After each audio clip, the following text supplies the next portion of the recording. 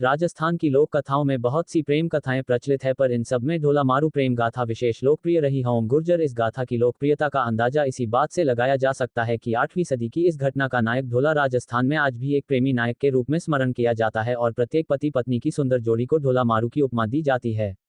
यही नहीं, आज भी लोकगीतों में स्त्रियां अपने प्रियतम को ढोला के नाम से ही संबोधित करती है। ढोला शब्द पति शब्द का पर्यायवाची ही बन चुका है। राजस्थान की ग्रामीण स्त्रियां आज भी विभिन्न मौकों पर ढोला मारू के गीत बड़े चाव से गाती है। ढोला नरवर के राजा नल का पुत्र था, जिसे इतिहास में ढोला व सालकुमार के नाम से जाना जाता है। ढोला का विवाह बालपने में जांगलू देश बीकानेर के पुंगल नामक ठिकाने के स्वामी पनवार राजा पिंगल की पुत्री मारवनी के साथ हुआ था। उस वक्त ढोला 3 वर्ष का, मारवनी मात्र 1.5 वर्ष की थी। इसीलिए शादी के बाद मारवनी को ढोला के साथ नरवर नहीं भेजा गया। बड़े होने पर ढोला की एक और शादी मालवानी के साथ हो गई। बचपन में हुई शादी के बारे को ढोला भी लगभग भूल चुका था।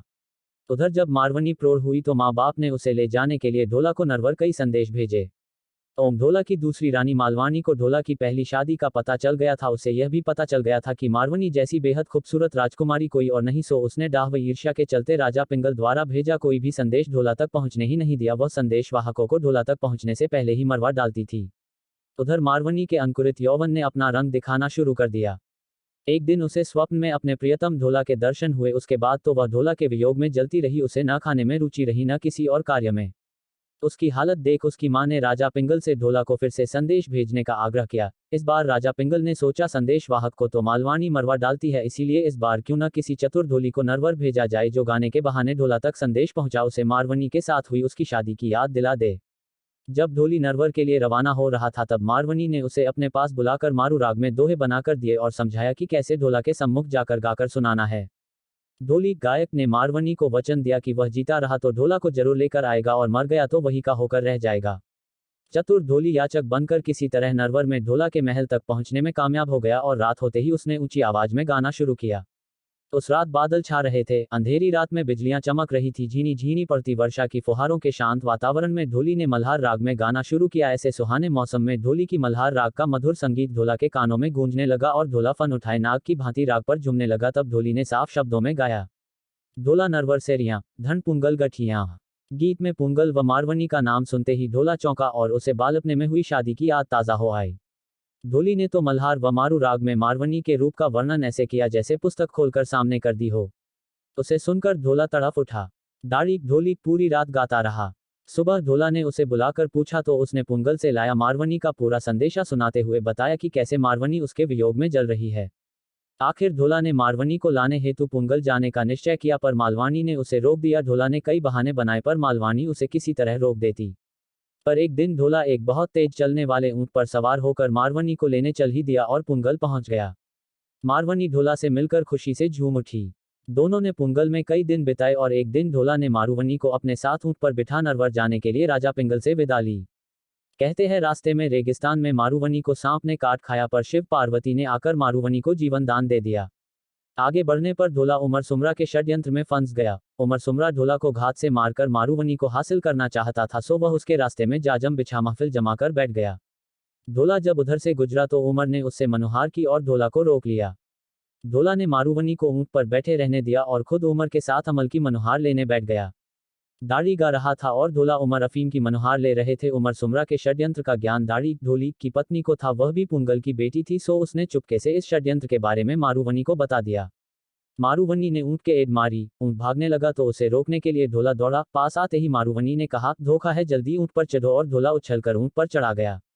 उमर सुमरा ने घोड़े पर बैठ पीछा किया, पर ढोला का वह काला ऊंट उसके कहाँ हाथ लगने वाला था। ढोला मारूवनी को लेकर नरवर पहुंच गया और उमर सुमरा हाथ मलता रह गया। नरवर पहुंचकर चतुर ढोला सौतेहा डाह की नोक-झोंक का समाधान भी करता है। मारूवनी व मालवानी के साथ आनंद से रहने लगा। इसी ढोला का पुत्र लक्ष्मण हुआ, लक्ष्मण का भानु और भानु का पुत्र परम प्रतापी बजरदामा हुआ, जिसने अपने वंश का खोया राज्य ग्वालियर पुनः जीतकर कछवाह राज्य लक्ष्मी का उद्धार किया। आगे चलकर इसी वंश का एक राजकुमार दुल्हेराया राजस्थान आया, जिसने माची, भांडारेज, खोह, झोटवाड़ा आदि के मीनों को मारकर अपना राज्य स्थापित किया। उसके बाद उसके पुत्र काकिलदेव ने मीनों को परास्त कर आमेर पर अपना राज्य स्थापित किया, जो देश की आजादी तक उसके वंशजों के पास रहा। यही नहीं, इसके वंशजों में स्व भैरव सिंह जी शेखावत इस देश के उपराष्ट्रपति बने व इसी वंश के श्री देवी सिंह शेखावत की धर्मपत्नी श्रीमती प्रतिभा पाटिल आज इस देश की महामहिम राष्ट्रपति है। ओम गुर्जर, ढोला को रिझाने के लिए दाढ़ी ढोली द्वारा गाए कुछ दोहे आखया डंबर भई, नयन गमाया रोया। क्यों साजन परदेस में, रहिया बिंडाना होए। आंखें लाल हो गई है रो रो कर नयन गंवा दिए है, साजन परदेस में क्यों पराया हो गया है। दुज्जन बयन न सांभरी, मना न विसारे है। कूंझा लाल बचाह ज्यूं, खिन खिन चीतारे है। ओम गुर्जर, बुरे लोगों की बातों में आकर उसको मारूवनी को मन से मत निकालो। कुर्जा पक्षी के लाल बच्चों की तरह वह क्षण क्षण आपको याद करती है। आंसुओं से भीगा चीर निचोड़ते निचोड़ते उसकी हथेलियों में छाले पड़ गए हैं। जेथू साहिबा न आव्यो, सावन पहली तीज। बीजट तने झबूबडे, मूंद मृसी खीज। यदि आप सावन की तीज के पहले नहीं गए तो वह मुग्धा बिजली की चमक देखते ही खींच कर मर जाएगी। आपकी मारूवन के रूप का बखान नहीं हो सकता। पूर्व जन्म के बहुत पुण्य करने वालों को ही ऐसी स्त्री मिलती है। ओम गुर्जर, नमनी खमनी बहुगुणी सुकोमथाई सुकच।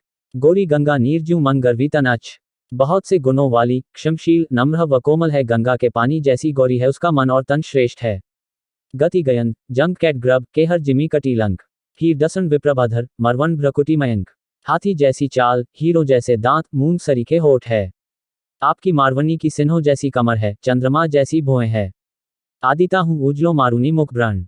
झीना कपड़ा पैरना, ज्यों झांकी सोब्रन। मारवनी का मुंह सूर्य से भी उजला है, झीने कपड़ों में से शरीर यूं चमकता है मानो स्वर्ण झांक रहा हो। ओम गुर्जर ओजी यूट्यूब चैनल।